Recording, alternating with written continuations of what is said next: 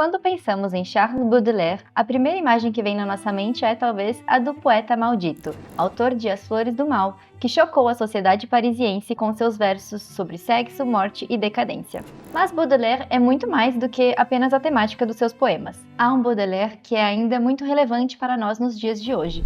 O Baudelaire que Paul Valéry chamou de o pioneiro da modernidade. Eu sou Julie Jacinto e a minha proposta para hoje é explorarmos um aspecto diferente da obra de Baudelaire, que revela em si a grandiosidade da sua percepção, a sua crítica à modernidade urbana.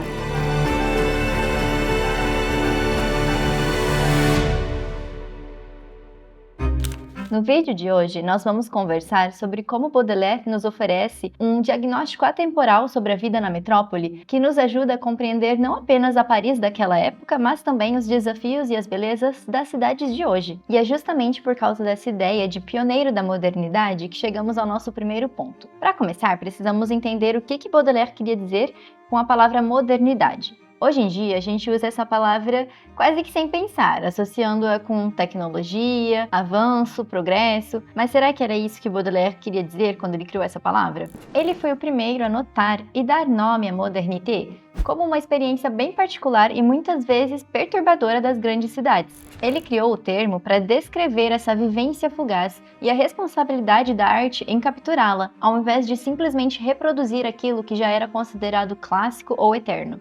Baudelaire não via a modernidade como um progresso otimista, como muitos dos seus contemporâneos iluministas viam. Pelo contrário, para ele a modernidade era uma experiência muitas vezes perturbadora, fragmentada e até mesmo que poderia desorientar as pessoas. Ele rejeitava profundamente a visão romântica da supremacia da natureza e da bondade fundamental do homem. Ao invés disso, Baudelaire adotou uma nova forma de experimentar a cidade, observando e imaginando a complexidade moral de cada um que habitava ali. Para entender melhor o contexto de Baudelaire, vamos pensar um pouco sobre a Paris do século XIX.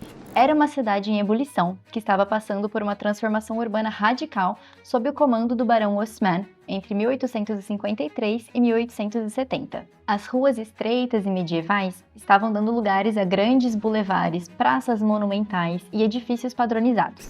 O objetivo era a eficiência, a circulação rápida de pessoas e bens, mas Baudelaire, com a sua sensibilidade aguçada, conseguia perceber que essa modernidade, embora impressionante, trazia consigo um custo humano e espiritual muito caro.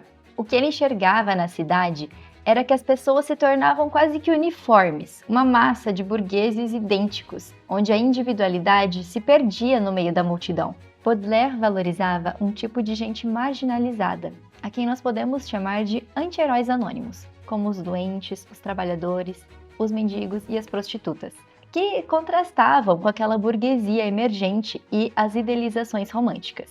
Ele via essas figuras como parte essencial da vida urbana e muitas vezes como os verdadeiros portadores da beleza e da autenticidade que a sociedade respeitável havia perdido. E ele percebia que a Paris que ele conhecia estava mudando, estava começando a ficar bem diferente, que toda essa gente que ele valorizava estava sendo varrida para as periferias e sendo substituída por uma uniformidade que ele detestava. No seu ensaio O Pintor da Vida Moderna, ele escreve assim: a modernidade é o transitório, o fugidio, o contingente. É uma metade da arte, a outra metade sendo o eterno e o efêmero. E essa é a essência da sua visão. A beleza não está mais na natureza serena, e sim no efêmero, nas coisas que surgem e desaparecem com rapidez na cidade. E então, como que o Baudelaire conseguiu capturar essa modernidade? Ele criou o flaneur. O flaneur não é apenas um personagem, ele é uma metodologia, uma ferramenta, um modo de agir. Ele é o andarilho urbano que, mesmo desapegado, tem como hobby prestar atenção à cidade e aos seus habitantes. Imaginem o flaneur como o detetive da alma da cidade. Ele é aquele andarilho urbano que, como muitos estudiosos apontaram, registrou poeticamente a constante mudança da cidade. O próprio Baudelaire o descreveu como o príncipe que se deleita em seu anonimato, aquela figura que é capaz de estar no ambiente, observar o ambiente, mas ainda assim permanecer oculto. E essa capacidade de estar na multidão, mas sem fazer parte da multidão, permite ao Flaneur uma perspectiva única, quase sociológica, sobre as transformações sociais e psicológicas que a metrópole impõe.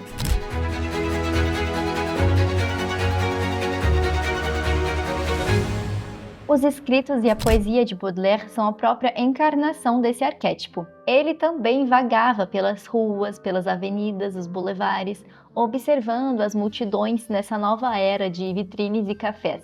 E ele não só escrevia as coisas que ele via, mas também o que ele sentia, o que a cidade provocava em sua alma. E esses momentos de observação e contemplação afetaram profundamente a sua visão artística. Uma das percepções mais significativas de Baudelaire, percebida através do seu olhar de flaneur, é a da comodificação da experiência. E o que isso significa? Ele percebeu com muita clareza que a modernização e o ritmo urbano transformavam tudo o que podiam em mercadoria. Até mesmo as experiências que pareciam genuínas e autênticas. Na Paris Nova, em que ele tinha que habitar, tudo estava à venda, inclusive a arte. E essa observação é crucial. Numa cidade onde o valor das coisas é cada vez mais definido pelo dinheiro e pelo mercado, o próprio artista se vê reduzido a um simples trabalhador literário. A arte, que antes tinha uma aura, ou seja, uma autenticidade ligada à sua origem e à sua história, estava começando a perder isso.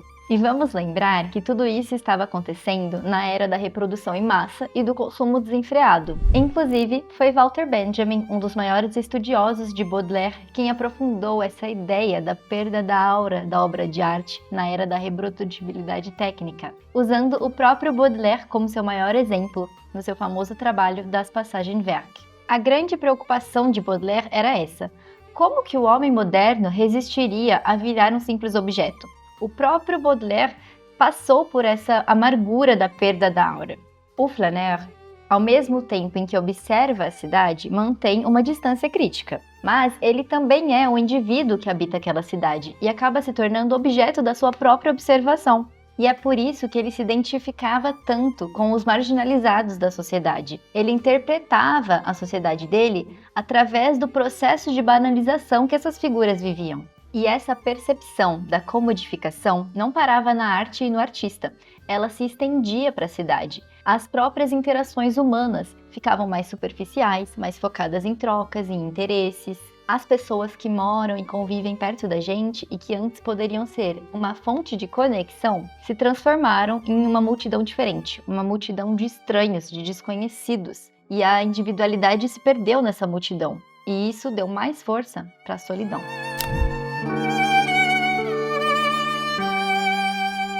Agora pensem comigo, isso não soa incrivelmente atual? A epifania da alienação que o Flaneur vivenciava na Paris do século XIX não me parece tão estrangeira, tão estranha quando eu olho para a nossa era digital.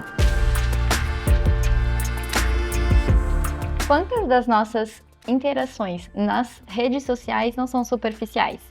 E quantas vezes a busca por curtidas, por engajamento, não transformam experiências que poderiam ser autênticas em produtos a serem consumidos? No passado, a solidão vinha do anonimato nas ruas lotadas. E hoje em dia, essa mesma solidão continua e até se amplifica na ilusão do contato constante que os smartphones nos oferecem. Hoje em dia, nós estamos sempre conectados, mas será que estamos realmente próximos? É um paradoxo. Nós temos acesso a milhares de pessoas, mas muitas vezes a profundidade das nossas relações se perde e o isolamento, a sensação do isolamento se torna ainda maior. Nas redes sociais, a gente cria os nossos perfis e as nossas identidades vão sendo construídas, mas também são transformadas em produto, em dados, em mercadoria. E eu fico imaginando o que o Baudelaire, que descreveu a Paris do século XIX como uma experiência fugaz, diria da nossa era da informação, das tendências, dos stories que duram só 24 horas, mas que muitas vezes são tratados como experiências que valem por uma vida inteira. Hoje, a comodificação da experiência acontece quando as nossas interações, os nossos hobbies e até mesmo as nossas emoções são monetizados e viram conteúdo para ser consumido. O Flaner era um observador, um colecionador de momentos que passavam rápido. E hoje, se a gente pensar, nós somos todos flaners digitais.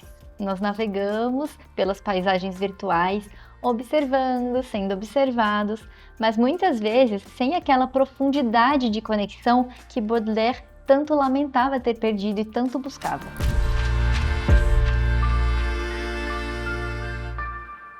Então, será que seria ousado dizer que Baudelaire não foi apenas um poeta, mas um profeta da modernidade? A sua visão artística, que é reconhecidamente importante para a literatura, transformou o vício e a decadência em matéria-prima para a beleza. Mas foi a sua análise da metrópole, através do olhar do Flaner, que o tornou um guia indispensável para o século XXI. Ele nos mostrou como a modernidade, apesar de todos os seus avanços, é capaz de gerar alienação e transformar a experiência humana em mercadoria. E ao fazer isso, ele nos deu as ferramentas para questionarmos o nosso próprio tempo.